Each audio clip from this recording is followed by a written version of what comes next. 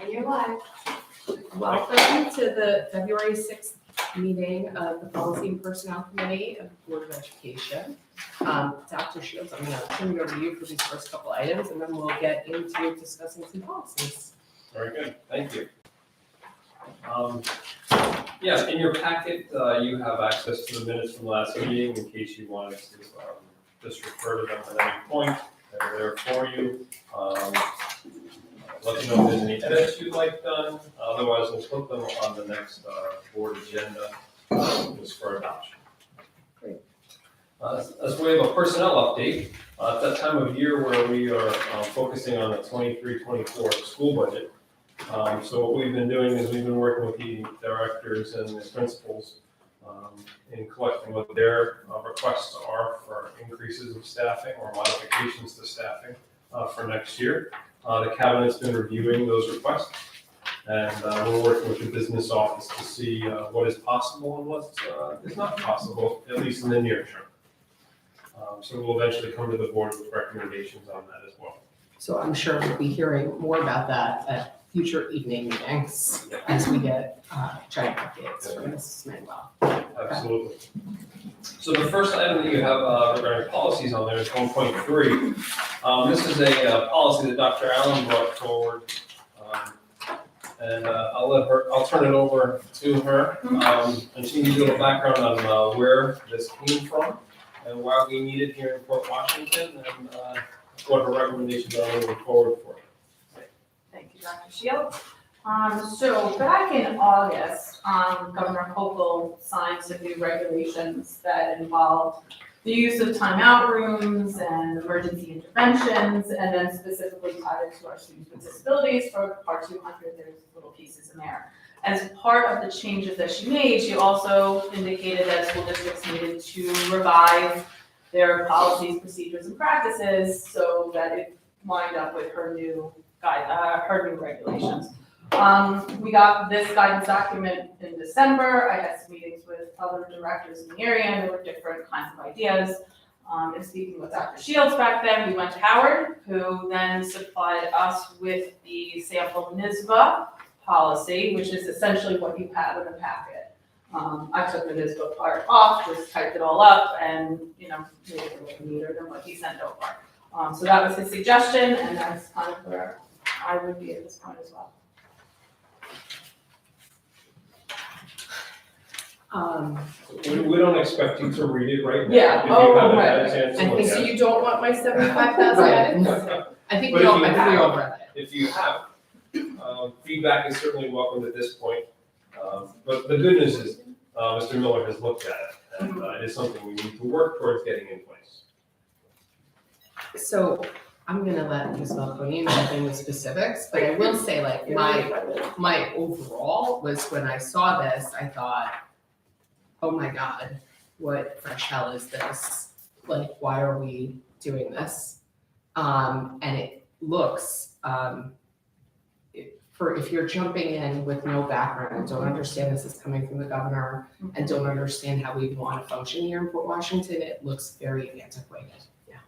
And so at the very, very, very least, I'm less concerned about, I'm glad our attorney has looked at it, and I know we want to comply with whatever we have to comply with, but I would love some information at the top that explains to people that we have to do this for whatever reason, and maybe sets the tone for here. But I'm gonna let Ms. Malconi get into her specifics because I see that she's very worked up at it, enough that she's probably worked up everything that Dr. Block and I probably have worked up. I think we're gonna need about 7 meetings, because this antiquated is a really good term. And again, I understand that this is not something we were now excited to write down on paper. So please let's make sure that's clear. The language is very aggressive. It is judgmental. It is also not, the DEI lens is not here at all. so separating out students and identifying that, that we need this policy at all because there's students with IEPs. Like there's so many pieces to this that I think we need to either remove or seriously modify. Before you go ahead. Specifics, can I jump in? I don't even know that I should do the specifics. I feel like it's so I big. kind of was gonna ask maybe, like, Dr. Allen, I think it might be helpful for us to hear more from you, because my guess is that some of this is the shock of looking at it, not dealing with the most severe issues that can arise in a certain population. And my guess is that the goal is to set down on paper the parameters in order to be protective of that population and show what the limits are, Correct. and not like be disciplinarians and set out that this is what you must do, but more like this is how you should be handling these situations when you have a severe situation. Can you tell us more about that and how you feel about this policy? And if there's something that you would do differently? So I think you said it well, in the event that we may find ourselves in a situation, this is the way we would handle it, is really what I would agree with as well, if that's what it is. Yeah, it's a bit harsh when you read it. The problem is that these issues have existed, not necessarily in Port Washington, but in other places. So I think when the governor obviously does things, it's with that more global view. And then of course, NISBA puts something together, again, more global view versus what's actually happening here in Port Washington. I can tell you, while those students that may require this level of support may not attend a school in Port Washington, we do have students in other places that are Port Washington residents that may require some of this support. Right, for sure. I worked with those populations in summer programs, so I'm very familiar with them. Right. Which is also why, like, this is a visceral reaction for me. So, I mean, are you saying you think that this is a level of need that falls into the category of students that we send outside the district? Yes. Okay. But obviously we still want, those are still our They're students, still our right? students, And we absolutely, still right. want to govern with policy what the parameters are. Correct. So does this get sent to our outside placements So then from the future? I mean, obviously we haven't done anything yet because it's brand new. So one of the other portions that was suggested in the memo we got from State Ed was coordinating with out-of-district schools in the event that they, have some of our students there. I'm in the middle of crafting a letter that just basically outlines how they can reach me, if we should set up meetings, things like that, and I would certainly be open to sending our policies with that as well, if we felt that that's what we wanted to do. It's not a requirement for me to send this to them, so. I guess in wrapping my mind around this, what I'm starting to think is like, look, if we had a policy that said there's no corporal punishment in Port Washington, right? Which we do have. Right, right, but like, we don't have like a brand new corporal punishment policy, right? We'd all be like, wait, why do we need this policy? What has been happening? Mhm. And what you're telling us is, it's not to crack down on any behavior here, but it is the state trying to step in and make sure that we have more rules governing the treatment of students who have this kind of severe need. So, I mean, I guess jump in anytime you want. I think Dr. Block has some comments too. Yeah, I wanted to.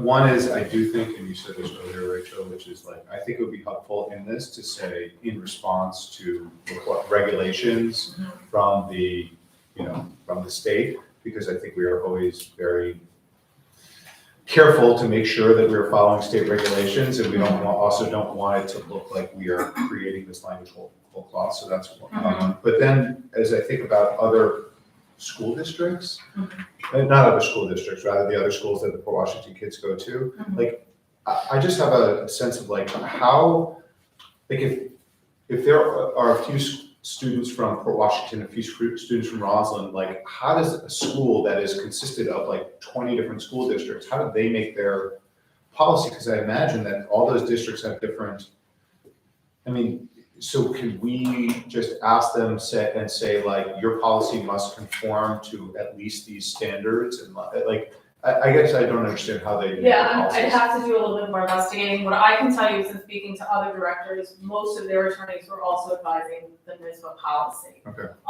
One district was talking about tweaks to their corporal punishment policy, and Howard absolutely rejected that. So Okay. went back to this. So I can ask how some of those other schools come up with their policy. Yeah.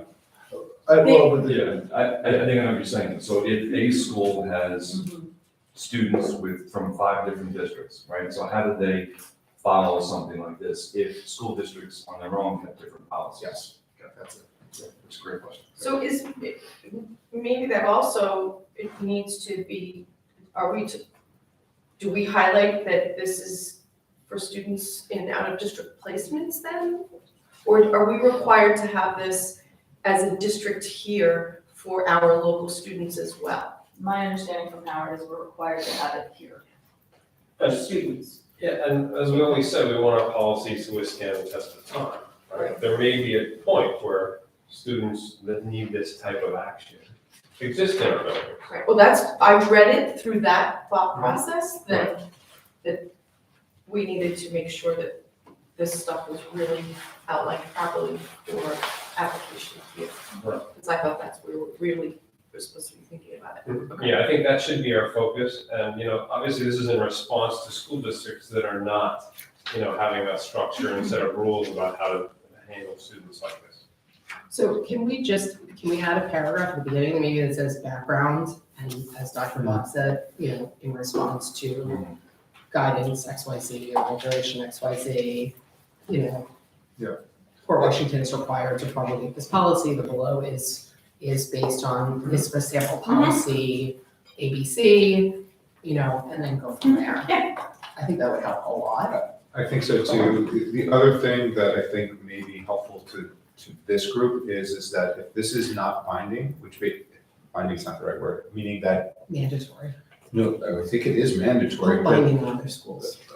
it's more like, if this never happens here, maybe we get a report each year that says how many times this happened, and if it's 0, right, and then it's 0, then we worry, the words matter, but like we're required by law to have some version of this. But if it basically never happens here, then it's less of a big deal than if it happens here 25 times a year. I think we can ask that question now, right? Because I'm sure you're monitoring, even without the policy in place, right? You're monitoring the treatment of our outside placed children. Like, how often do we have a problem where somebody's coming to you and saying, I think this program is mistreating my child? Or not I don't have handling it parents, right? no, I don't typically hear, I haven't heard that from parents, but I do get notifications from other schools about, just to go back to Dr. Block's point from before, the schools that I'm talking about are all state-approved special education schools, so they're going to have higher standards from state ed in terms of a lot of this. So my thought is that this is the minimum standard, but again, I can go back and do some investigating on that. I can tell you, we've always had an emergency intervention practice here, that if there is a situation, even for a student district, where for some reason or another, we need to physically intervene with that student, there was a form that they would fill out, there's a process, we have to call parents, so those things are happening here. Currently, we don't have timeout rooms, and again, there's very specific rules about what a timeout room has to look like. Might that change at some point? I don't know, but right now, we currently don't. But the other district placements certainly do. And we don't have them right now because we do not need them. Correct. So, I think that maybe like an annual report, like that goes beneath it as not regulatory text that says, we currently don't have any of these timeout rooms in Port Washington, in our 7 schools, something like that, I think would make me feel a little bit better. That's just it's non-regulatory text, but it's. I think that would be the kind of thing that we would promulgate as like a regulation attached to it, Sure. right? If we wanted some extra information of it. Does that make sense? Yeah, because that could change. Right, of course, no, it of Right. course can change, but I Right. think the board getting an update of like, okay, all of a sudden there is a timeout room, like we should hear about it, but like that. But to the extent that there's none right now, hopefully that, I don't think that makes that feel much better, but. No, because this whole thing still needs lots of love. I hope it makes you feel a little better. I think Dr. Yeah. Schild's point is like regulations are changed easily, policy is changed with great difficulty, and so we try to make policy Yeah. broad, although this feels not so broad. Actually, that's my additional question, now I've triggered my own question. Like, to what extent are we required that this be policy per se? That's what Howard told. Okay, it feels very specific It is. for policy, Mhm. right? Like, a So board, it's- if I were to guess, Mhm. right, I would expect a board policy to be something like, you know, in Port Washington, all students are treated with dignity and their needs are met to this end, you know, the board requires regulations be promulgated on how to deal with students with extreme Right. special needs that may require them to be restrained or disciplined, something like that. Like, I would expect Right. policy to be this big. Right. And this to be the regulation. Right, so that's my question though, even though this is a NISBA suggestion, what is the actual requirement from? Yes. So from the December memo that I got from Chris Soriano and State Ed, school districts should review and as necessary revise their policies, procedures, and practices for notification, et cetera, physical restraint, timeout room, et cetera. You know, it's a lot of behavior intervention plans that are all in compliance with chapter 516 and then sections 200.22 C and D of the commissioner's regulations. So when I was to Howard about that, this is what he gave me. So can we simply say that our policies, practices, and procedures will follow regulation X, regulation B? Yeah. Regulation Y? Let's ask Howard that, right? Like, can we draft something, that background paragraph that is in fact our policy? Yeah, I don't like any of Talks that. about treating Put that women. up front. Yeah, well, make that Can that be the policy, policy? and can this be, Can we be super minimal? well, can this be the regulation? When I spoke to Howard about what a couple of other districts were suggesting as a little blurb paragraph to add to their corporal punishment policy, Howard said no, that wasn't sufficient.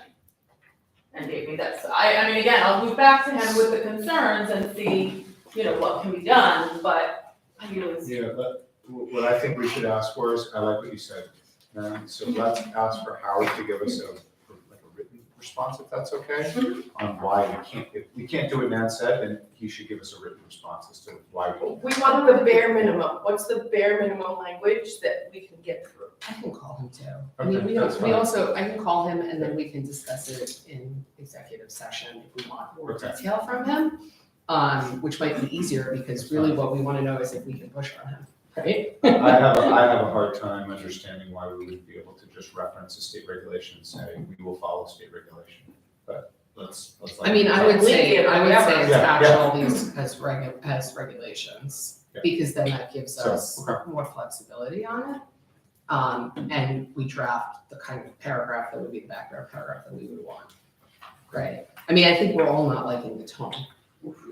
Yeah, and I don't want to spend, my concern is that we could spend a lot of time wordsmithing and still not be happy and spend a lot of our limited time doing that. And a lot of wasted attorney resources, because every time we wordsmith, we have to Yes, ask we Howard do. if we're Yes, still I'm- Especially if I'm with you, I'm with you. Yes. Especially if all we're doing is agreeing to abide by regulation. So Yes. that's why are we rewriting?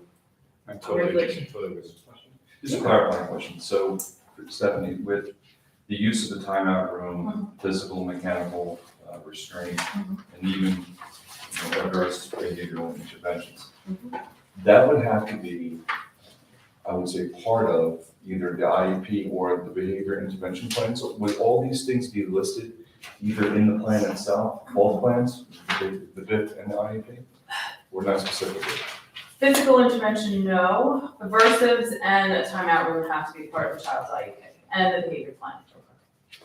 So it's like kind of like an educator can just do it to Oh, anybody. right, no. So whatever is here, I guess the point I'm trying to make is it would have to be part of some Something plan. else, The yes. language is actually here. The room will only be used in conjunction with the behavioral intervention plan as So- part of the student's And that's an important clarifier. Yeah. too.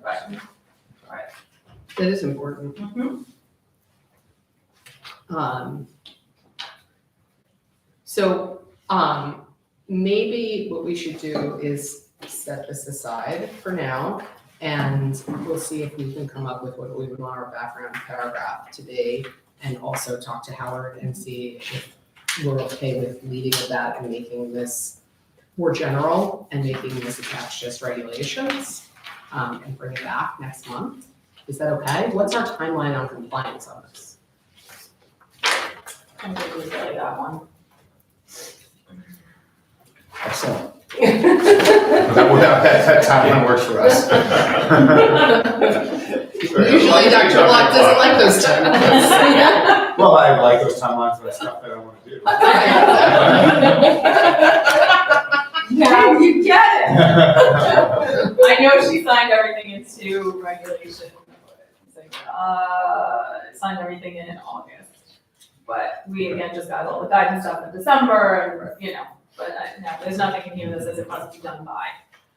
The immediate that we got was that we had to make sure parents were notified that the day if there's a physical intervention, which we do anyway. So that was the immediate. And which we probably all Have agree done. should be done. Correct. What is good has been done, Correct. right? Correct. So that was the only immediate. If it's okay with the committee, I'll just open it up to public comment. I just wanted to make one more thing clear that I'm Sure. sure the two of you, I don't expect you to disagree. I want it to be clear that we want to make sure our students are safe and that their days are positive and good for them. So I'm not hearing here that we think that safety piece is not important to have a conversation about. And that needs to be, written in stone for sure. And I'm hoping the regulation does that. I think it's the tone and the language that's used here that is really, really negative, and judgmental that we're really pushing back on. That's good. Yeah, every once in a while something comes out of NISBA that you're like, what are they thinking? You're not at the forefront here because it really is the language and the tone, right? Like if you said in a different way, staff will not use physical or mechanical restraint as a substitute for systematic intervention to modify inappropriate behavior. Well, okay, like we agree with that sentence, but you read that sentence and you go, oh my God, what are they doing to these students, right? Ms. Brooks. So I have a question, I have a couple of questions. I understand the regulations, we're required to follow the regulations, but I'm not sure I understand. Is this policy a mandated policy? The policy itself, there are certain policies that are mandated. Is this a mandated policy? Is it a recommended policy? Because that may help the committee decide. If it's mandated, then, okay, we have to. Do you want Put one to into read place. the language again, Dr. Allen? It sounds like we have to get the message into policy, and it sounds like Howard is saying it wouldn't be sufficient to put it into another policy, but I see your question. Right, I so think Ms. would be able to tell us if this is a mandated policy. So school districts should review and, as necessary, revise their policies, procedures, and practices for notification of parent or person relation where physical restraints are used as an emergency intervention, and a timeout room is used as either an emergency intervention or in conjunction with a behavior intervention plan to ensure that they're in compliance with the requirements of Chapter 516 and Sections 200.22 of Commissioner's regulations. They should work collaboratively with other schools and programs where resident schools and preschool students are receiving services pursuant to an IEP or an IEP program service to ensure Chapter 16 notification requirements are met. The specific procedures used to comply with Chapter 516 should be determined at the local level. Howard's response to me was, this is the NISBA policy that addresses the change in regulations. So, I've heard the answer. I mean, I think that, We've not answered your point to the question. Right. Is I it mean- checked off as required? I mean, we kind of have, right? I think that the answer is that Something's no, right? This specific policy is not required. We can check this with Howard, but I think the answer is no, this specific policy is not required. Our attorney is being very conservative about it and telling us that the easiest way to comply would be to have a policy that has this title, because then anybody looking knows that we have complied, right? So going on the assumption then, I mean, obviously, following the regulations is important. Going on the assumption that it is a required policy, I'm wondering, because I'm trying to understand the spirit of the policy, because I just anecdotally, I have friends who are teachers for special needs students, and my friends have been bitten, they've been assaulted, they've been kicked, they've had desks thrown at them, they've been hurt, they've been hospitalized. So there is a balance here with protecting the students, and I'm just wondering what the governor is responding to. Is the governor responding to the staff being hurt, the students being hurt? What is the goal of this policy? Because to me, this reads very prescriptive as against the students. And so I'm just not sure exactly what the goal of the policy is, if it's required. And I think that's also important to have in the policy, because there are issues of protection on both sides. And I'm so to my second point, and my third, and maybe you can't answer that now, that's fine. And my third point is this specific to students with an IEP? Because I'm sure somewhere in Port Washington, somewhere in history, and maybe in the future, there will be a gen ed student who will engage in similar behavior, who doesn't have an IEP. And so is this targeted only to students with an IEP, or is this to the broader community, so that we're not singling out students? Some restraints obviously are specific because they're in the IEP, but so if this is mandated, is there room in here, or is it necessary to distinguish between those groups of students, or be more inclusive as to treatment? I don't know the answer, it's just my. So consent to show you that it does say check off required. It says required. I didn't even realize it said that. Okay. It says, It does. this policy itself is required. NISBA has noted on their sample policy that this is a required policy. Some of them are not required. So, to go deeper into Mrs. Burke's question though, is that NISBA checking that off because we are required in some way to have these in policy? Or is that NISBA saying this specific policy is required? I think it's probably the former. Right, it is the former, but we can have Mr. Miller clarify to what level of specificity does the policy need to have? I think that's really where you're getting to. I mean, And it I could think be more Mrs. in Brooks was regulation. asking both, right? I think she's also asking, can this be somewhere else? Right? Well, Is it required to be a policy? it's a This standalone policy. standalone And it policy, seems or can it be somewhere And it else? seems that this is saying this needs to be a standalone policy, given that But- checked off, but NISBA saying that is different than the governor saying that, right? We don't always decide to go with NISBA here. So, right, With required? I see what you're, but no, he said no, it's required, I haven't. but I don't know that they're saying it's required as a standalone, Oh, I see. right? I'm saying I'm not sure that that check mark answers your question, right? It's required and NISBA has decided to handle it this way, like that check mark doesn't have a lot of nuance. I don't know, Dr. Schultz, do you know? If that, So in years past, if NISBA checks it off as required, we almost always adopt it in full as a standard, As a standalone. as a standalone policy. got Let us do some more research. Let's see, what other districts are doing. Is there some wiggle room? I mean, we I always think want we're to comply trying with to law. follow the attorney's advice, but I understand your concerns, I do. And the wording on this, is out of the norm for what we're used to seeing in our policy manual. I mean, Understand. I think an overriding concern for me in reading it is that we have been trying to set a very different tone here in Port Washington and make sure that like a whole child approach to education and the child being the center of things is what we're aiming for in all our schools for all our students. This doesn't feel like that at all. But I think there's a way to comply with law, which obviously we have to do, and still set our own tone, and so we just have to figure out how to do that.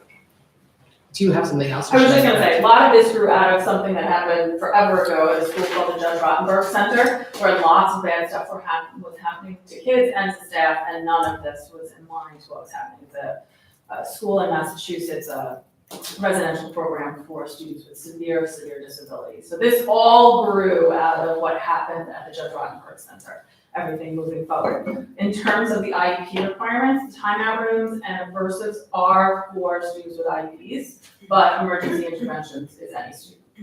And the only other thing that I'll just note that is on the NISBA piece here, that they said that audits that have been done by the state ed department have cited districts for not having sufficient board policies and procedures.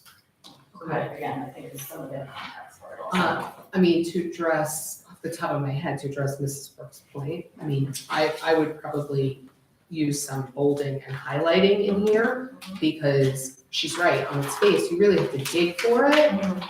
You know, I've underlined the sentences, but you have to dig for it to see that your timeout rooms and your aversive behavioral interventions are only happening when that's already in an IEP plan. Correct. And that the emergency, you know, physical restraint can be happening in an emergency. You know, the language is where no other approach would be effective. I think I would bold some of this language so that somebody looking over all of this wording would have that stuff jump out of them. Our community comments over here. Oh, Mrs. Epstein, go ahead. So I would just say I went cursorily to the regulation that exists, it's being referenced in this policy.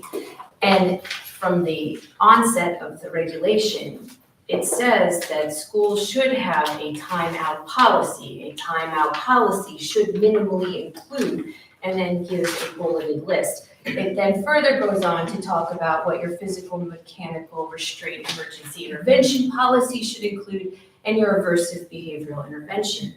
And it lists all of that. So that's regulation that's been intact and in place prior to Governor Hochul's legislation. How I'm interpreting this is if you are a school district that does not already have a timeout policy, a physical and mechanical restraint policy, aversive behavior policy, then you should potentially put one in place. And the question then becomes, is this 3 policies or is this one NISBA policy? And based on the extent of what you use and how you utilize these services, incorporate the requirements of the regulation. That's how I'm seeing this, just from a cursory glance of the regulation. But I do agree that it would be most helpful to have Howard here, because to me, as the regulation reads, where they enumerate all of the things that you should include and are very specific and clear, and maybe make it sound a little more appropriate, because they put they put parameters in there, which this does not. This has a lot of generalities. My point being is that I don't know why we wouldn't just follow what the requirement of the regulation is, why we're crafting something that's different from that. And so Howard must have some insight to that, maybe because of our lack of in-district use of timeout rooms versus out-of-district, but yet if they do still exist within for our students, we have to follow the regulations too and make sure that the schools we're working with are following those requirements. So my point being is that I tried to look up, I don't think we have any policies in existence that address any of these. So we are already out of compliance with the regulation. So this is just a mechanism that is saying who's getting compliance with the regulations that already exist, is how I'm reading it. So, go ahead. Any other community comments? So, in terms of a plan moving forward, I think that we need a little bit more information from Howard. What does the committee feel? I'm fine with calling him, or we can get some more information from the administration, but I think we want the nuance from him. And to me, it would be, what level of this is required? Is it required that it be one policy like this? Is it required that this information be clearly in our policies somewhere? Could it be 3 policies, as Mrs. Epstein said? Or could we make our own policy that says we are compliant, we will comply with these regulations, as Dr. Black said, with maybe some of our own Washington, language, and attach it as regulation, right? Are all of these okay? I can send him an email and just CC everybody, because I don't think it's attorney advice. I think it's fine that it's out of the public meeting, and then we can bring it back to discuss next month. Is that good? Sounds good. Great. Thank you very much, Dr. Allen. Thank you. All right. So the next policy, 8414, transportation, we discussed this last month. Revisions were recommended at that time. You may recall that we had Ms. Robin now in here, and Ms. Manuel. And what grew out of that conversation was modifications to our current transportation policy, 8414. So in the draft, you see some color edits. And section 3 was added in, and section 4 was added in on page 2. That was language that was requested by this committee. But I've also attached for you is, well, before I go into that, let me note that you'd asked that in the cross-reference section, we put all the other policies that have to do with transportation as well. So we added that. What I've attached for you is the handbook that transportation has created. I remember that she was talking about that, so Very that's been put together. It doesn't require your approval, but I thought it would be nice for you to see because it includes so much information in it that Ms. Allen thought was missing. So I think it's going to be a really nice resource, and that'll be put up on our website and distributed to parents as well. So I think this is a really good step in the direction we were hoping to enhance what we already had in place. So I think what I would ask us to focus on is, do you have any questions about the policy edits of 8414? Because our goal would be to just have this up for our first read. Go ahead, jump right in. Oh, so first of all, I'm so grateful for the color edits. That really helps going from month to month. and Tracking changes is Yeah, awesome. the tracking of changes is really difficult, so I appreciate that tremendously. Thank you, Javi. Oh, thank you, Bobby. Thank Sorry. Really helpful. I have a couple of just edits and a couple of questions. Under hazard, the first sentence, may recommend transportation for otherwise non-eligible children for hazardous reasons. Just that language is confusing to me. I'm not sure what that means.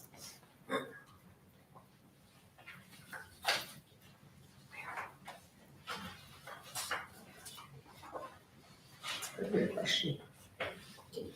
We didn't even get to that last time. We It did was- not. It was I'm here sorry. last time, but we were so consumed by the other Yeah, stuff, yeah, you're right. right.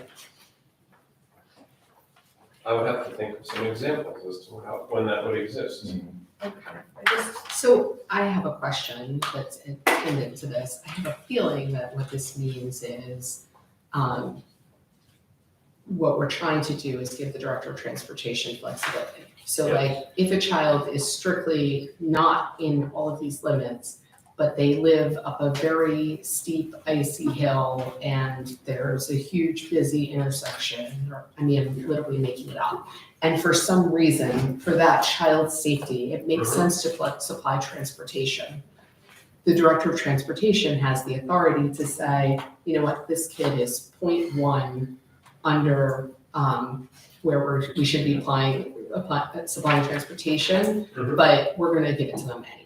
Yeah, I think that makes it's saying that we need That makes to, we sense. need to keep the safety in mind. And if there's a hazardous situation, give us a little bit of latitude. okay, got it. So maybe we wanna reword it a little bit, because I agree with you. Language is You have very. to cross the line. Right, exactly. Right. railroad tracks. Yeah, okay, Right. okay, that makes a lot more sense. Yeah, I just think maybe we could just be a little clearer on what our intent of the sentence is. Dr. Shields, I'm assuming that you know off the top of your head, this language is not mandated, even though in accordance with detailed criteria defining such hazards provided by the New York. So I think we need to leave that piece, but maybe we can reword the beginning of the sentence a little bit. Put an EG in there. Just Well, do we need that? example. Can we just skip that language then and just say, otherwise non-eligible children in accordance with detailed criteria defining hazards? So how about instead of for hazardous reasons, we just make it Board of Education pursuant to New York State law may recommend transportation for otherwise non-eligible children at the discretion of the Director of Transportation when safety is an issue.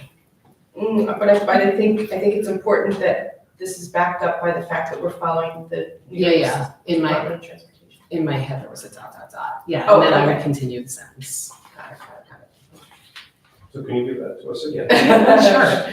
So the Board of Education pursuant to New York State law, I mean, that part's weird to me too, because I don't think that we're involved at this level, right? It's really, I would have it be Oh, at the yeah, discretion of the Director of Transportation pursuant to New York State law. Transportation may be provided for otherwise non-eligible children for reasons of safety. Got that, Javi? Yep. Okay. Good. She is good. How did you get that so fast? That's crazy. As she was talking, I edit and scratch and make like little, it's a whole thing. You're good. You're good. Good job. Okay, Great. thank you. Number 2 on the second page, under transportation limits, just because I'm picky, the transportation policy of the district, I don't think we need school, if we're all mentioning schools at the end of the sentence. Mhm. Okay. Can we remove in 3, second sentence, residents will direct their requested increase concerning transportation service? I don't think we need the word the. Okay. Sorry, under which one? 3B or 3A? A. Oh, yeah. And that was it for me. So one quick question was, we had a lot of discussion last time about students who live in a place where it's impossible for buses to get through. And I don't see anything in policy related to it. Is it in, like, how are we making sure that we're okay so that we don't I have think to we did force? see that. I think they wanted to put language Put in in the the handbook. Okay, That that's there's fine. flexibility. As long as there's, I remember we talked about it, so I just want to make sure we're discussing it. Great, thank you. Do we want to attach the handbook as regulation to this, or is that something that doesn't make sense or makes it too difficult? I need exhibit. As an exhibit? Yeah. What do you think? Is that okay? It could be, well, we know this is a living document, it's gonna change. So, And hopefully get better and better. So my question is, if we attach it as Make an it a link. exhibit, does it need to be changed as a policy? Wouldn't need to be changed as a policy, but we need to make sure we're updating the exhibit. But this is really just gonna live on our website. Right? Can it, in policy, do we do links at all? We I- don't, but we're trying to spring into the future. Maybe we can. Is that crazy? Listen to me talking technology. I'm trying to have the policy withstand time, right? Dr. Shields is afraid the link is gonna get broken. The link doesn't get maintained from generation to generation, I'm just. Okay. No, you're right. But we do want to reference that there is a handbook that will be made available. I mean, this is great. This is really a leap forward because I think parents need this kind of certainty and guidance without having to dig for it in our policies or dig for it in New York State law. Having done it, this stuff is hard to find. And so it's good for them to be able to see, really, this is the structure of transportation for Washington because it's an area that nobody understands until they have a problem. Right. And then they try to dig into it. Yeah. And can't, Yeah, usually. I think this is a good improvement on where we were at. Anything else from the committee? I have recommendations to the handbook, but I don't want to take the committee time to do that. So Yeah, if you maybe want to send we'll those to just- Javi and talk we can later, pass them whatever. on. Yeah, we can pass them on to Ms. It's a good Allen. idea. Yeah. Especially since we don't pass this, but I think recommendations are. Yeah. Any comments from Ms. Maloney? Yeah, I mean, I think the revisions to the policy are wonderful, referencing the related regulation, and hopefully at some point in time, the exhibit of the handbook would be great.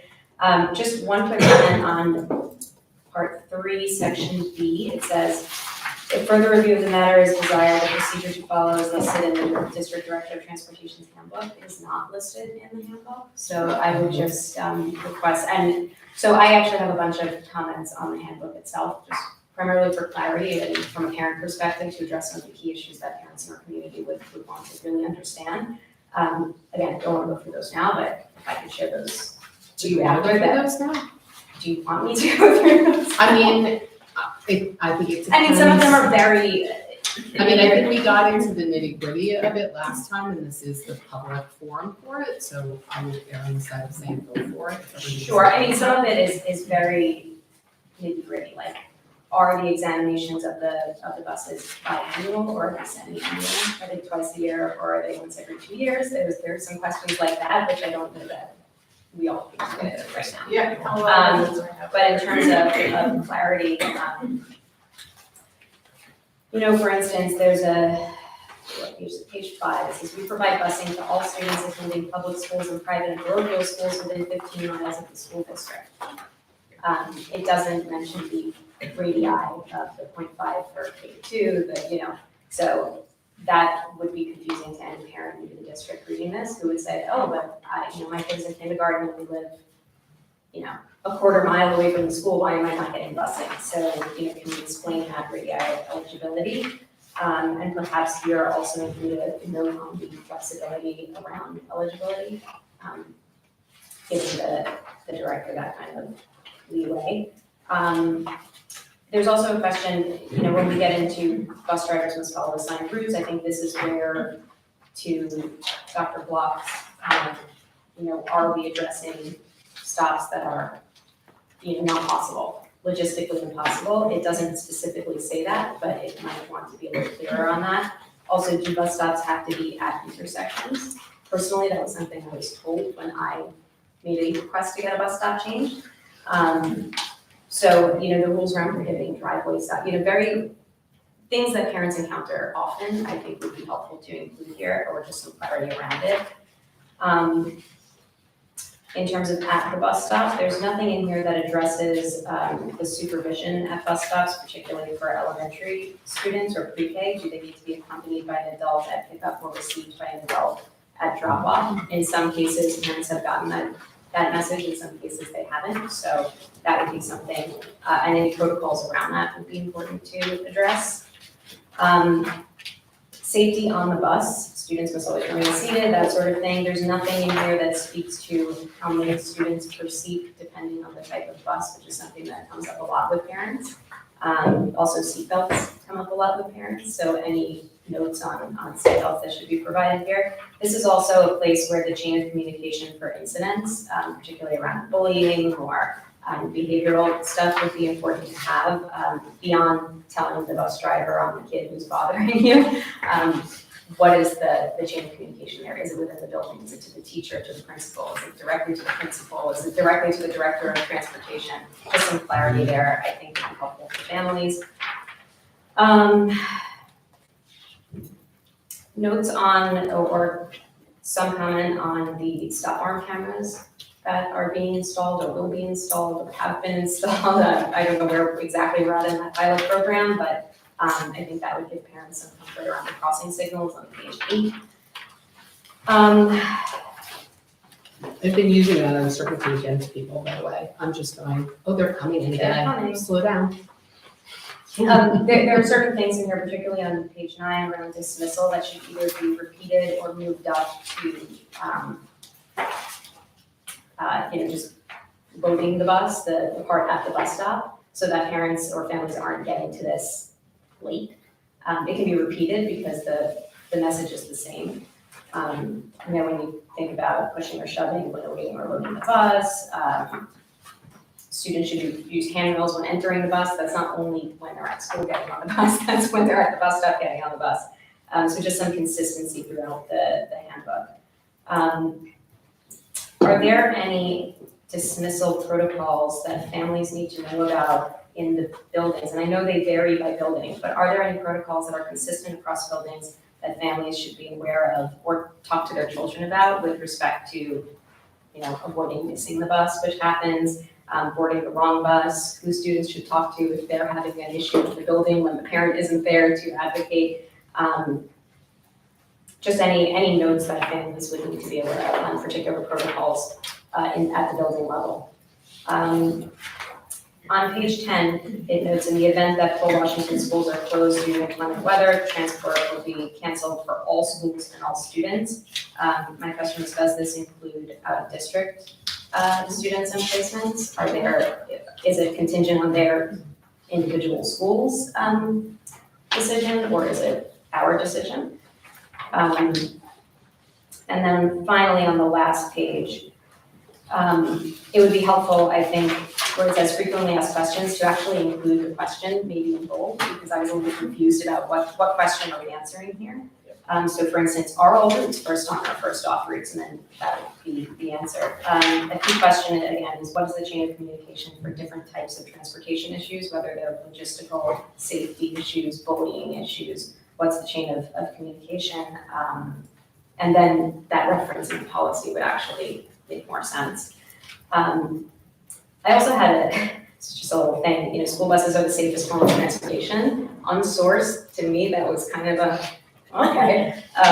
But, as it turns out, students are about 70 times more likely to get to school safely when taking a school bus instead of traveling by car, according to the NTS and HTSA. So, I think sourcing information like that would be very helpful or comforting to families, but that's just a little thing. So, yeah. Okay, so, am I supposed to go through this now?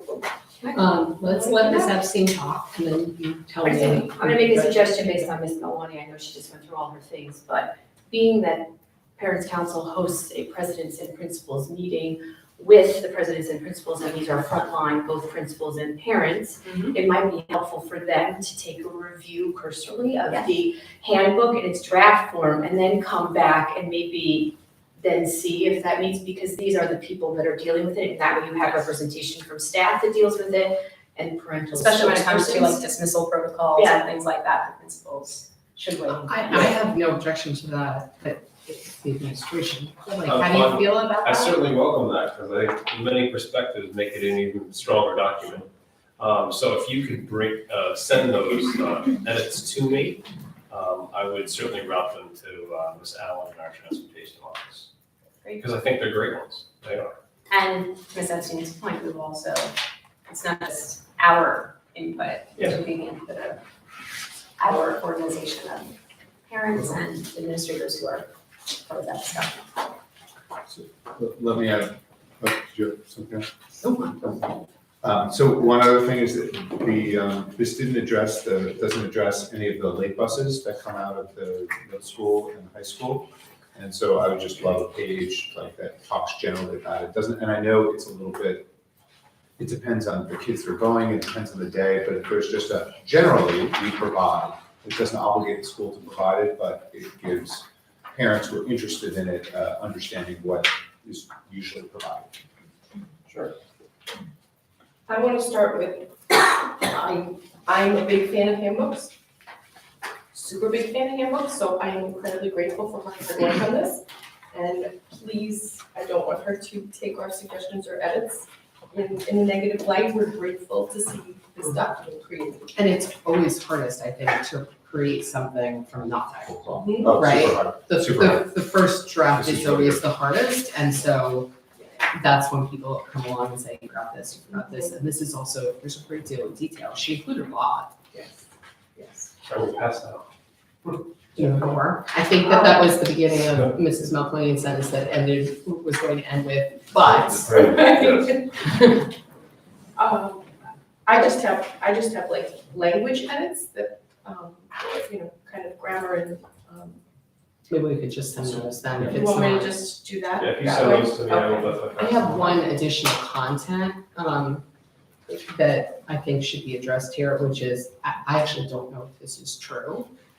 Because this is in the category of I hear tell from students that at the middle school and high school level, you have to have your ID card to get on a bus.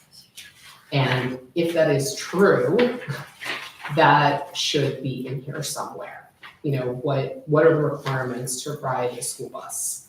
And I'm sure at the elementary level, it's, you're assigned to that school bus.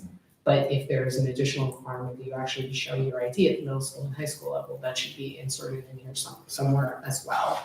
And I don't know that we did address in here that you can only ride your own bus. I can't remember if it's in here, I But did not see that. but I think that's a question parents often have, because they don't have childcare and this kid is going to that person's house to help a parent out, can the child get on a different bus? I think that's a common question, and it would be good to address it here as well. Very good. I mean, no, So I think that we're good with the policy, right? With the small edits that we talked about. I don't think there's any reason for the committee to discuss the policy again. Can we put it on for first read? Is that okay? Given that we don't actually create or review this handbook, is it possible for us to ask Dr. Allen, Mrs. Allen to make the edits? And have it also attached at the Board of Ed meeting where we have the policy on for first read? I think it's a good idea. That was a I know non-voting item. it's a week, right? Yeah, I wanna give, reviewing, right? I want to give members of our audience a chance to sort of give it the due process to make sure we get the edits that they think are going to be most meaningful. So given that the policy then goes through, you're right, given the policy goes through first read and second read, Right. how about we put, if the committee's okay with this, we put the transportation policy on for first read. I can note in our update to the board that we're good with this, but that the transportation handbook is going through another round of edits and it's gonna have input from the Parents Council and hopefully broader parent community a little bit. And then when it's on for second read, can we have our goal be that we have it attached so the public sees it then? This is Melanie. Yeah, I mean, we have meetings coming up this week, so we'll be able to get you that, like, by early next week. Thank you. Super. Sounds like a plan. I mean, I know we don't pass this, but I think for the purpose of public, information, right, which is clearly one of the purposes of our Board of Education meetings, even if they are our work sessions, it would be good at some point to have this attached to an agenda and have us just publicly update people that it exists. So, great. Thank you. And if anybody else who is present or watching later has more comments, feel free to email either me directly or the committee directly or the whole board at boe@portnet.org. Sounds good. Okay. At our last meeting, during that conversation around transportation, you'd asked us to take a look at our current policy on smoking on school buses. We have smoking referred to in a few different places in our policy manual. 3 places specifically. We have 1530, which talks about smoking on school premises. We have 5312.3, which talks about smoking by students. And we have 5312.4, which talks about smoking on school buses. Those are our current policies. So we went and we looked at the NYSBA policy, because remember the conversation was around how do we make it more modernized? Because we should include vaping, things like that. So we went to the NYSBA policy of 1530, which really covers smoking, vaping, and other tobacco use on school premises. And then what it does is it defines that this applies, on buses, this applies on school grounds, to anyone, not just students. It applies to everyone who's either on a bus or on our school grounds. So what it does is it really combines our 3 policies into one. So I bring that to you for just an observation on my part. Do you want to, in the process of modernizing it, capture these 3 policies in one place? I mean, I'll let the committee weigh in too, but my gut reaction on that is always yes, because to the extent that we can create certainty and an easy place for people to look in policy, like that should always be our goal. It should be a hunt and find. And obviously we need to modernize anyway. So I would be in favor of doing that. Obviously, we can get into the nitty-gritty of whether we have edits on the municipal sample policy, but I think what we would then be doing is striking those other policies and replacing, I think what happens is in the book it was replaced by this number, right? Yes. But how does the committee feel about this? I'd rather be in one place. Okay.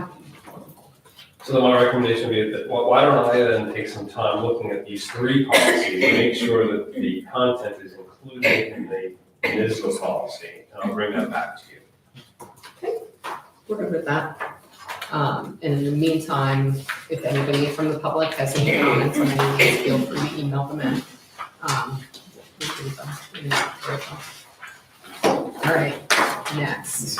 Can I just make a comment? The only comment I would add on the municipal policy, excuse me, it doesn't seem to include, school functions that are away from school grounds. So for example, if there were a dance or a field trip or a trip to Canada or wherever that similarly, you're supposed to abide by school rules and protocols when you're away. Doesn't mean that you can suddenly start vaping or smoking or whatever, so. Dr. Shield, just ministerial issues, so should we put this on for the next meeting? And obviously, if anybody from the committee has other comments on it, then we'll talk about it then too. Is that good? Yes.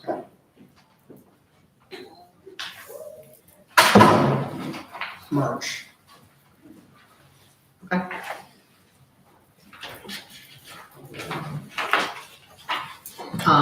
Shall we move on to gifts and hopefully get rid of gifts? So the last conversation that we had about this, we were basically worried about having donors read our policy and go their merry way because they felt like we were going to take their money and do whatever we wanted with it. So most of our consternation focused on this top paragraph. With that in mind, I do have a proposal and I'll read it out loud and then we see how we feel about it. Let me pull my other draft.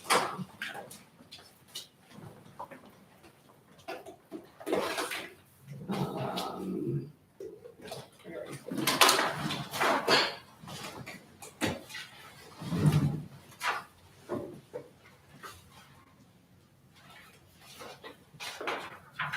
There we go. Okay, so that first paragraph, right? I think this is where we were. I think what I'm going to suggest is true to what we discussed, but then everybody can jump in. So I would have this paragraph read, it is the goal of the board to properly, I think that should probably be, it is the goal of the Board of Education, to properly account for all of the district's resources and to monitor the distribution of those resources to minimize disparities between schools in the district. When accepting any donation, the priorities will be honoring the desire of the donor and furthering the Board of Education goal of providing excellence in education for all Port Washington students. I think that we could leave it there. The other thing that we had talked about in great detail was whether or not we needed to say that something like no accepted donation will be reallocated without a conversation with the donor, or the district will reach an agreement with the donor. I think that once we take out the language that implies that the district may reallocate things, the details of how a donation will be accepted or rejected are really pretty well laid out in this policy, and we no longer have the same problem that we have to address.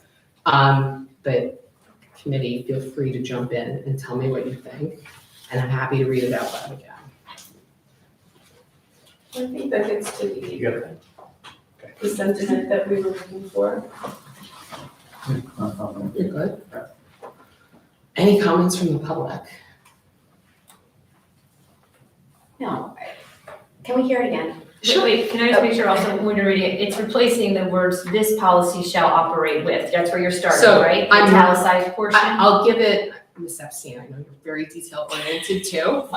So I read just the new, but I'm gonna give you like the verbal track changes. Thank you. Remove that first sentence completely. This policy shall operate with a lens towards equity throughout the district.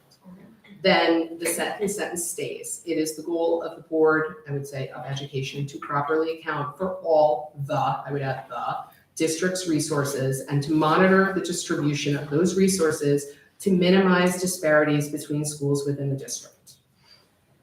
Then the next sentence, while a gift may be presented to a particular building, yada, yada, remove that completely, remove that sentence completely. And instead have, when accepting any donation, the priorities will be honoring the desire of the donor and furthering the Board of Education goal of providing excellence in education for all Port Washington students. You then really, I've replaced also that last line in this paragraph, which is the first priority will be to honor the desire of the donor.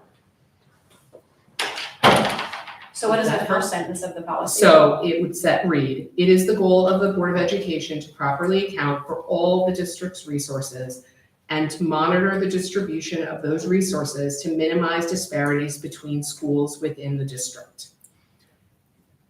When accepting any donation, the priorities will be honoring the desire of the donor and furthering the Board of Education goal of providing excellence in education for all Port Washington students. Period, full stop. The only piece that I would then raise too is this language of minimizing disparities between schools within the district. I think that we also could phrase that in a positive way instead of a negative way, and change that wording a little bit if everybody's okay with the overall idea of the paragraph. Let everybody digest for 10 seconds. So,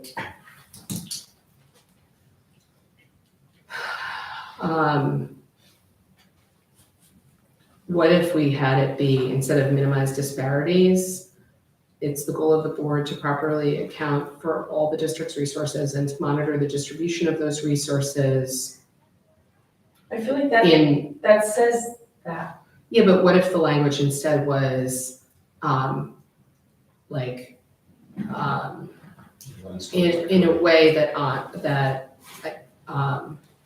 in a way that, I don't want to say honors again, but like, what if we use the word fairness in there instead of, I agree with you, it is equity, it's just that equity is a buzzword, right? And we don't mean equity in the way that we have been talking about equity, we mean, maybe it's, let's see, hold on, properly account for all this, the distribution of those resources. With consistency and fairness. Okay. Oh, you're fine, I thought you said you're done, I'm sorry. It's both. I have said that, but I'm not saying that. He did say he's fine, but you read the intent correctly, and this is the policy committee, we talked about intent. And the intent was, any comments from the public on this? So visual, Or have our to look over your administration. shoulder. It's okay, I'm Much sorry. more visual than auditory. Ironically, actually, I really always need to see it in writing too, which is why I have to write it down, even though I like doing it out loud. So I did this to you and I should have said it. Dr. Klein? I was gonna say maximize parity with the inverse, but I know what you're trying to say. Equity, I would say equity is a buzzword, so I think we should look at something very synonymous with that. Because you want to reduce disproportionality, whether it's through funds or anything else. So I would try to do something that's the complete opposite of the two words that you're trying to change. Mrs. Epstein. I just didn't say, the clarity and part about reserves the ultimate right, the Board of Education reserves the ultimate right to use the gift elsewhere. I think that statement is very clear, and I know you reworded it by saying, the first priority is to honor the desire of the donor, and then the language following after that seems squishy. I think if the Board of Education has the right to utilize the funds elsewhere as they deem appropriate because it's more fiscally equitable. Where are you looking? I'm Sorry. looking at the sentence in that first paragraph that starts, while a gift may be presented to a particular building or department Removing program. it entirely. Yes, I know, you're removing it entirely, so you're removing, the school board reserves the ultimate right to use the gift elsewhere as the total needs of the school system dictate. That's I right. thought we were, as a board, and maybe this is where I'm wrong, if one school district is getting, or a donation is coming in, that only one school district is getting all the donations. One school is only getting, right, one school is getting all the donations, and none of the others are.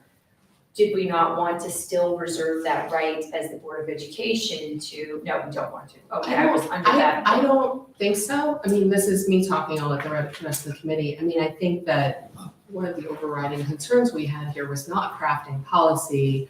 Look, we function here, and a lot, although we have a hefty school budget and we have a great school system, we really benefit from the nonprofits and private donations that come in, and our children benefit, and we don't want to dissuade people from donating. I think, to me, what all of the detail of this rest of this policy says is, if you come to us with a substantial donation, what's going to happen is a conversation between you and the school district about what your desire is and what you want to do.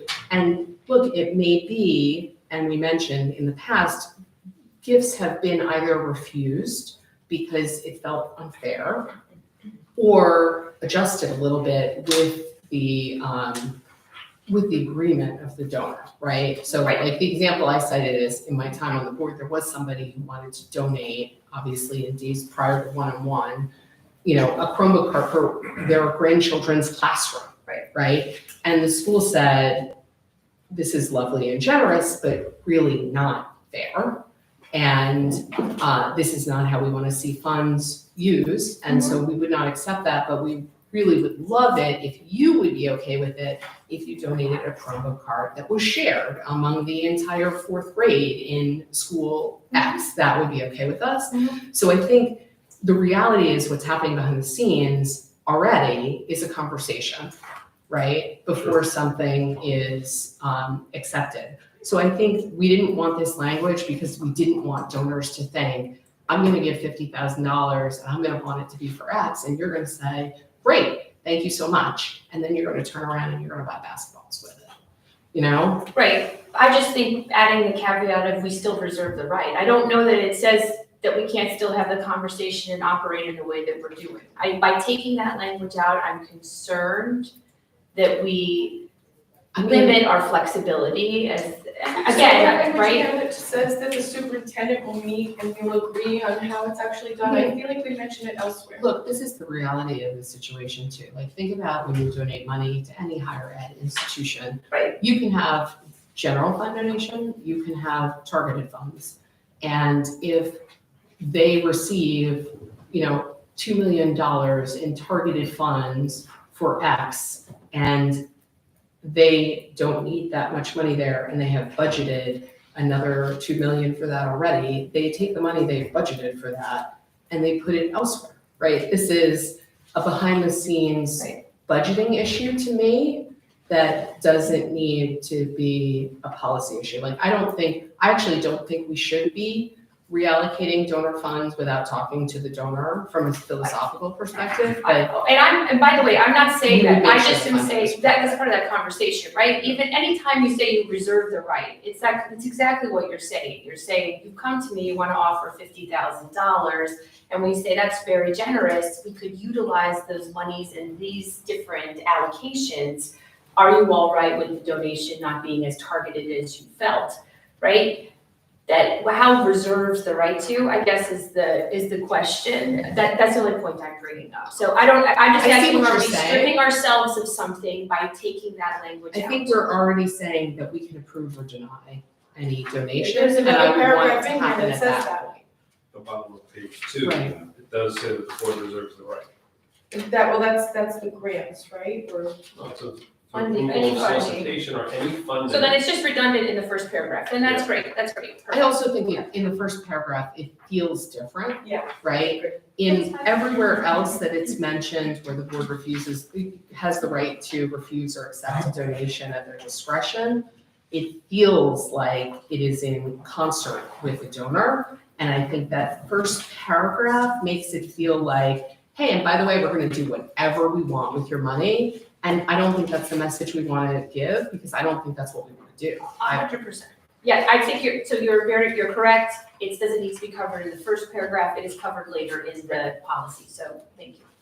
Mrs. Brooks. Well, that sentence on the second page, reopen the can of worms, but it says the board reserves the right to deny approval of solicitation or any funding or grant application, which I'm reading as different That is different.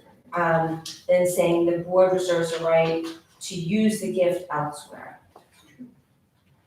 So, It is different. I don't think we Sorry. wanna say that we reserve the right to use the gift elsewhere. but my only point is that last sentence on page 2, to me, does not say the same thing as the penultimate sentence on page 1 in the first paragraph. It's just- I totally agree with you, but I think, to me, that, and again, and the sentence higher up above soliciting on that page that says the board reserves the right to refuse or accept any gift or donation that does not contribute towards the achievement of the district's goals or the ownership of which would deplete the resources of the district. These two are different than that first sentence, but I think these two are true to what we want to be doing and should be doing, which is communicating upfront with the donor, not saying, we're gonna accept your money, and then, by the way, we'll do whatever we want with it. Because I don't think that's what we do, right? I mean, Dr. Schultz, I know you'll correct me if I'm wrong, but I think it's a conversation with the donor, right? So, I think one of the challenges we have is, and I'm not gonna name a particular school, but let's just say it's an elementary school where each year there's a somewhat sizable donation. And it's targeted just for that school, but the other schools don't have those types of, funds available to them. Is that something that this policy, do you think it addresses at all? So for instance, I'm just saying, because that's what I run into, is that we have just Let's talk incredible about the elephant, families. Yeah, it is, and this is the space to do it. So we have wonderful families at specific schools that year after year, sizable amounts of money that they offer our kids, whether it's for a grade level or for the whole school itself. And then you have others where that does not take place. So I just leave that in the middle of this very large table. That's why I brought this up a year ago. So I want to respond to this because I think this is something that we did talk about in a meeting a couple of months ago. And I think, the rabbit hole that I don't want to get down into is like, what's okay and what's not okay. I think we trust the administration's judgment. I think we have retained the right as the board to reject. And I think, just to make some egregious examples of like what would be okay and what's not okay is if a parent loves Scrabble and wants their elementary schools to all have a bunch of Scrabble games and wants to buy 10 Scrabble games, that feels like it's okay. And if we want all the kids to have jet skis, like that is not okay. And so, there's a very tenuous middle ground, but I think we have to just let the policy permit you guys to use your judgment. I agree. I mean, I think that we've had conversations at this board table, maybe with actually all different people present except for me, where previous board members have advocated a perspective of, well, because of equity, we can't accept any playground money for that school because this school can't afford it. And to me, equity should never be everybody does without, right? And I don't think that that's your goal either, right? So I like where we are on this because I think it allows nuance, right? Things should not be set in stone that require nuance. And I think the reason this requires an ongoing conversation is because these are very hard things to decide and figure out what to do. And they involve budgetary issues as we try to accept the generosity of our donors while making sure that all students are receiving the same quality of education. And I don't think that has to mean exactly the same from desk to desk, you know, from classroom to classroom, from school to school, but overall, I think, this is a question for the two of you, really, that Dr. Block is asking. Does this allow the nuance that we want, which is an ongoing conversation where we say, okay, we have this generous offer, how do we make this work so that it's in line with our goals of excellence and fairness, but also give the students the benefit of this generosity too? So I does think it? it gives central office the flexibility, but also states something philosophically about what we value as a school district. So I think the tone is being set properly, and we have some leeway as to, you know, if someone approaches us. I know we're running out of time, any other comments from the public on this? So I'm sorry, but if we're leaving this up to the administration, then the paragraph under the first heading, unsolicited gifts and donations, it seems like it's very focused on what the board needs to do. So for example, the last sentence says, in accepting or rejecting gifts and donations, the board will review the following factors. So I'm not reading this policy as giving this ability to the administration. Well, I think that the administration is always the one on the ground doing this, but we have to We approve make a recommendation. these donations. Okay. So, but I hear what you're saying, right, in terms of communication with the public would have to understand that nuance. I would have no objection Well, isn't there to something, where we some mentioned the language. process that it actually goes through superintendent? I thought there was language that said something to that effect.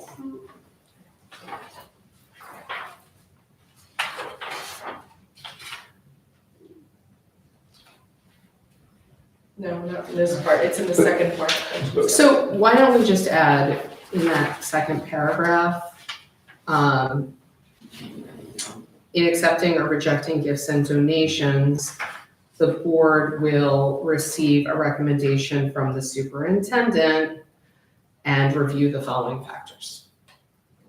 Is that solved? I mean, that's what's happening now, right? It's going on the consent agenda, which is an implicit recommendation. I mean, it's like basically everything, right? Yes, of course, but it's not clear as I'm. No, I'm with Sometimes you. I've read this like 100 times and it just occurred to me that we've left out this administration in this piece of it. So how about if it says, in accepting or rejecting gifts and donations, the board will receive a recommendation from the superintendent or his designee, right? Because we always want his cabinet to also have authority to give us information and review the following factors.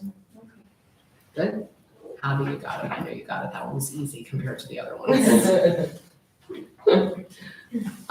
Is everybody good with this? Can we put it on for first read?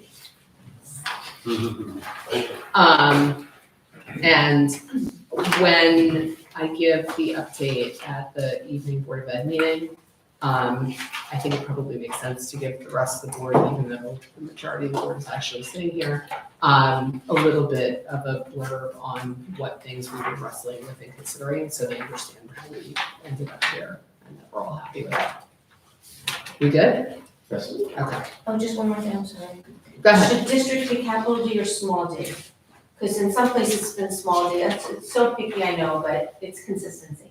So in some places in here it's big D, some places it's small, and other policies it's big D, and some places it's small. So I would just ask for consistency. I just don't know what the rule is. I mean, I think it should be capitalized when it's being used as a proper noun and lowercase when it's not. Right, okay. But you're right, it's not totally right here, but maybe Javi, if you can edit it, when you wanna show it to me and then I'll. Bless you. Our policies that have been edited in the past, we're going with a capital D to make it consistent. Okay. But I'll take a look too before it hits the agenda. Thank you. Everybody good with that? All right. So we're at very close to 11. and Yeah. I have a change in my work that requires me to be a little more timely, so I just want to stay at 30. And usually we haven't even been going the full hour and a half. So I guess, Dr. Shields, We can move those two items to the next one, so that there's nothing urgent about Okay, is everybody okay with that? Yeah, all right. So, move to March. I think with that, we are adjourned. Thank you all for coming. Thank you. I was very happy to think. You got a lot done. Every time I see these things, I'm like, oh, we're never gonna get this. And we almost always get through it. I'm always going to efficient one. Oh, because I never see it.